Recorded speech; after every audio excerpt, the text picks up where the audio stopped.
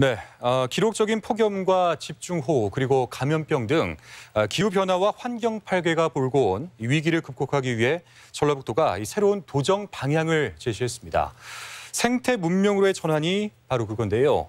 아이디어 공모에만 80여 편이 응모할 정도로 도민들의 관심은 높았지만 일부 전라북도의 시범 사업은 기존 정책의 답습이 아니냐는 지적도 있었습니다. 유리온 기자가 전하겠습니다.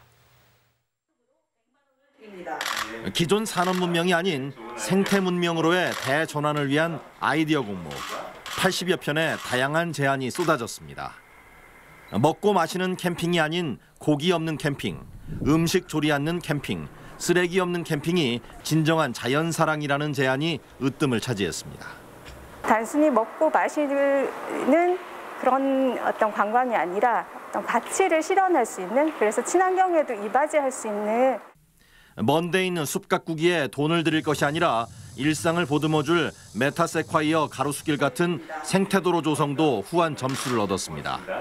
코로나19 때문에 차 속에 있는 시간이 많아졌는데 도로와 같은 환경이 좀 더 자연 친화적이고 생태적이었으면 좋겠다는 생각에서 35도를 넘나드는 살인적인 더위와 삶의 터전을 위협하는 집중호우 그리고 감염병 위기에 기후와 환경에 대한 관심은 뜨거웠습니다. 전라북도는 이 같은 아이디어 공모를 통해 도민들의 관심을 촉구하는 한편 생태 문명으로의 전환을 도정과제로 정하고 자체 시범사업 추진에 적극 나설 계획입니다. 사람과 자연이 조화롭게 공존하면서 지속 가능한 성장 지역으로 도약하기 위한 어떤 정책들을 발굴하고 추진한다는 그런 개념으로.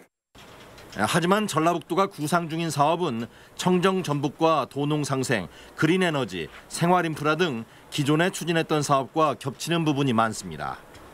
생태숲 조성과 에너지 자립형 산업단지 조성 등 일부 사업은 정부의 한국판 뉴딜과 연계한 기존 정책의 재구성 아니냐는 의견도 있습니다.